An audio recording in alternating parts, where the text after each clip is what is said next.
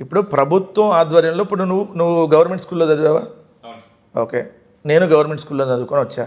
Government స్కూల్లో ఫీజులు ఉండదు కదా. సో గవర్నమెంట్ స్కూల్లో చదివితే ఆ గవర్నమెంట్ స్కూల్లో అనుకునేటటువంటి విద్యార్థి ఆర్థికంగా డబ్బులు లేనప్పుడు ఎక్కడికి వెళ్తాడు? గవర్నమెంట్ స్కూల్కి వెళ్తాడు. అదే డబ్బులు ఉన్నాయనుకో ప్రైవేట్ స్కూల్కి వెళ్తాడు. నారాయణనో చైతన్యానో లేదంటే భాష్యమో ఇంకోటి ఏదో విజ్ఞానం ఇప్పుడు పోతారు. ఇది డబ్బులు ఉన్నవాళ్ళు.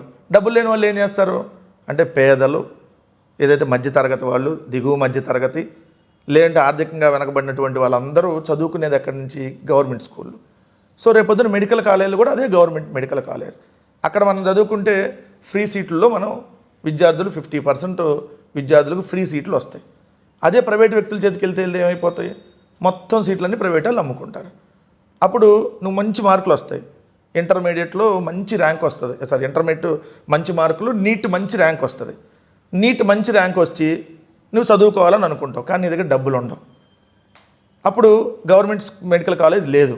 అప్పుడు నువ్వేం చేయాలి?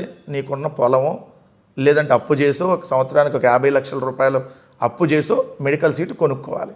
అదే గవర్నమెంట్ కాలేజీలో మెడికల్ సీటు ఇప్పుడు చంద్రబాబు నాయుడు గారు ప్రైవేట్ పరం చేశాడు కాబట్టి వాళ్ళు 50 లక్షలు ఫీజు పెడుతున్నారు. దాంట్లో నువ్వు కొనుక్కోవాలి. కొనుక్కునే స్తోమత నీకు లేదు. అప్పుడు ఏం చేయాలి? చదువు నువ్వు ఆపేయాలి.